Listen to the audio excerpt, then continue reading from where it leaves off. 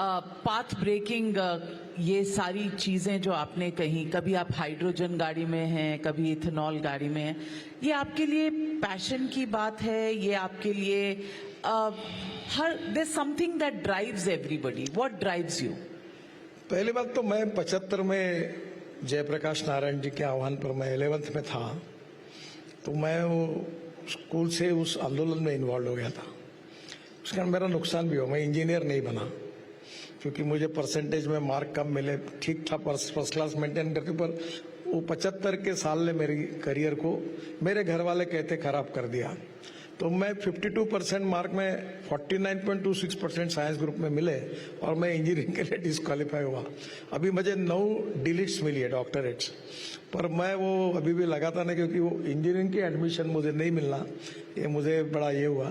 पर मुझे लगता है कि सबसे इम्पोर्टेंट चीज़ ये है कि पॉलिटिक्स मेरा पेशा नहीं है, it's not my profession. I always believe that politics is the instrument of socio economic reform, और इसलिए मैं अपने कन्विक्शन के साथ चुनाव में भी अपने कन्विक्शन की बात करता हूं। मैं लोगों को क्या लुभाता वगैरह की चिंता नहीं करता, मैं मुंह पे बोलता हूं। और मेरा अनुभव ऐसा है कि विथ माय स्ट्रांग कन्विक्शन, जब ये देश के लिए, समाज के लिए और गरीब व्यक्ति के लिए मैं क्या कर सकता हूं। मैं कोई साधु और सन्यासी नहीं हूं, मेरा परिवार है, घर है, अभी बच्चे बिजनेस देखते हैं, मैं भी आपके जैसे कॉमन मैन हूं। पर मैंने तय किया है कि राजनीति में मैं देश के लिए, समाज के लिए और गरीब व्यक्ति के लिए कुछ करके जाऊंगा, and that is the inspiration मैं करते रहता हूँ। फैंटास्टिक। ये आपने कहा कि मेरे को जो कहना होता है मुंह पे कहती हूँ।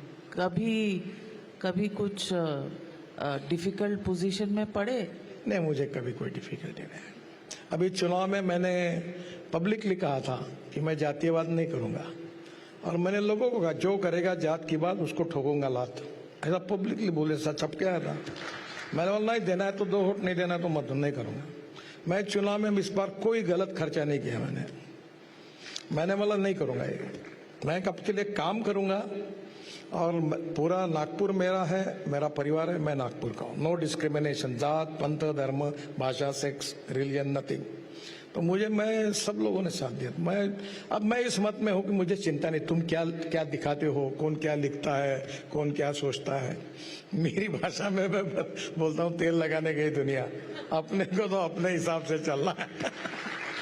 आपने जिंदगी, पॉलिटिक्स, सोशल वर्क सब इतना आसान बना दिया इन कुछ पंक्तियों में कि खुद के मन में जो है मन साफ रखो और जो कहना है कह दो, और दावा ना करो कि मैं ही सही हूँ। आपने बिल्कुल सब कुछ आसान कर दिया। मैं आपको एक कल रात की घटना बताता हूँ।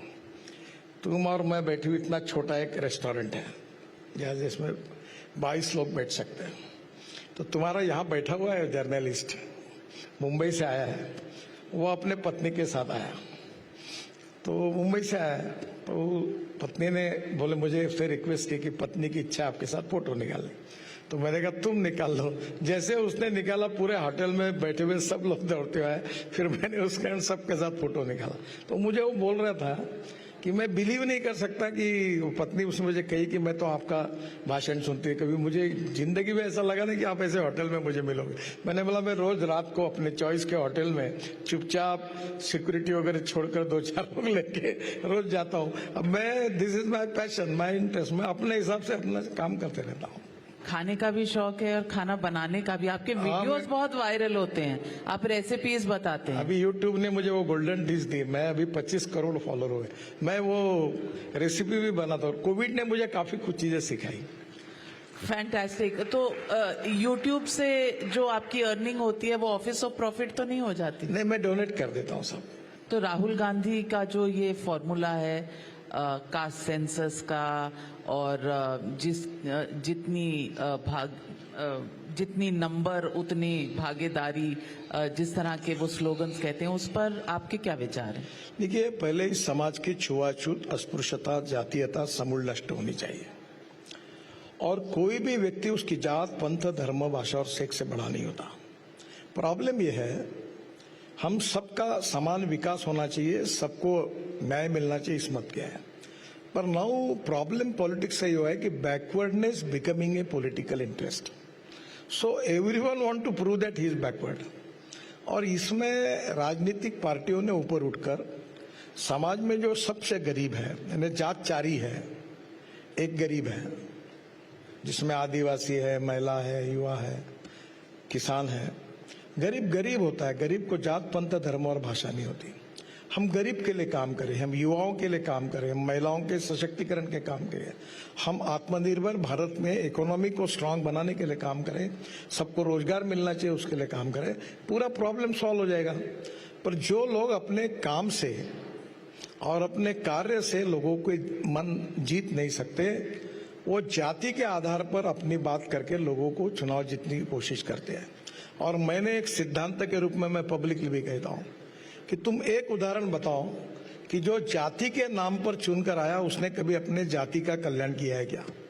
वो जब चुन के आता है और मंत्री बनता है तो बोलता है मेरे पत्नी को टिकट दो, मेरे लड़के को टिकट दो और ड्राइवर को टिकट दो, यही बात होती है।